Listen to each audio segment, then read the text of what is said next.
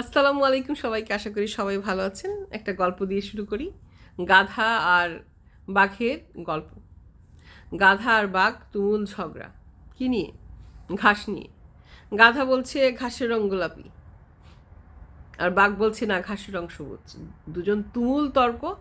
তর্কের এক পর্যায়ে সিদ্ধান্ত হলো যে বনের রাজা সিংহের কাছে যাবে, সিংহই সিদ্ধান্ত নিবে কার কথা ঠিক।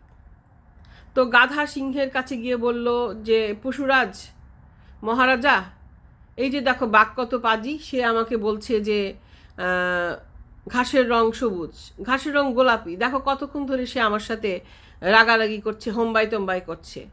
তুমি সত্যি কথা বলো যে ঘাসের রং কি?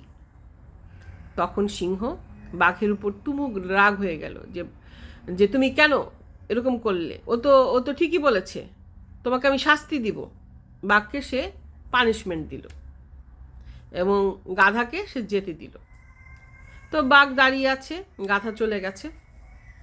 তো বাঘ তো বুঝেছে যে সে সত্যি কথাই বলেছে, সেটা ঘাসের রং তো সবুজই। তখন সিংহকে বলছে যে মহারাজ, আপনি তো জানেন যে গাধা ভুল বলেছে, আমি সঠিক। তবে আমাকে কেন আপনি পানিশ করলেন, কেন আপনি আমাকে বকা দিলেন? সে বলল যে আমি তোমাকে এই কারণে বকা দিইনি যে তুমি সত্যি বলেছো না মিথ্যা বলেছো, বা তুমি ঠিক বলেছো। আমি তোমাকে এই কারণে বকা দিয়েছি যে তুমি গাধার সাথে তর্ক করতে গেছো। কারণ কি? Don't argue with stupid, don't argue with ফুল। বোকা, গাধা, নির্বুদ্ধি মানুষের সাথে তর্ক করার কোনো দরকার নেই, কোনো উচিতই না। এদের সাথে তর্ক করা মানে সময় নষ্ট। বিচার মানি তালগাছ আমার। তাদের মানসিকতা হচ্ছে এরকম। তো তাদেরকে আপনি কি বোঝাবেন যে মানুষটার কোনো সঠিক জ্ঞান নেই? একটা জিনিসেই তারা একরোখা হয়ে অ্যাডামেন্ট হয়ে বসে আছে। তারা মানে কোনো কিছুতে সে মতামত বদলাবে না। তার সাথে আপনার তর্ক করে কোনো লাভ আছে? বরঞ্চ আপনার সময় নষ্ট, নির্বুদ্ধিতার পরিচয়।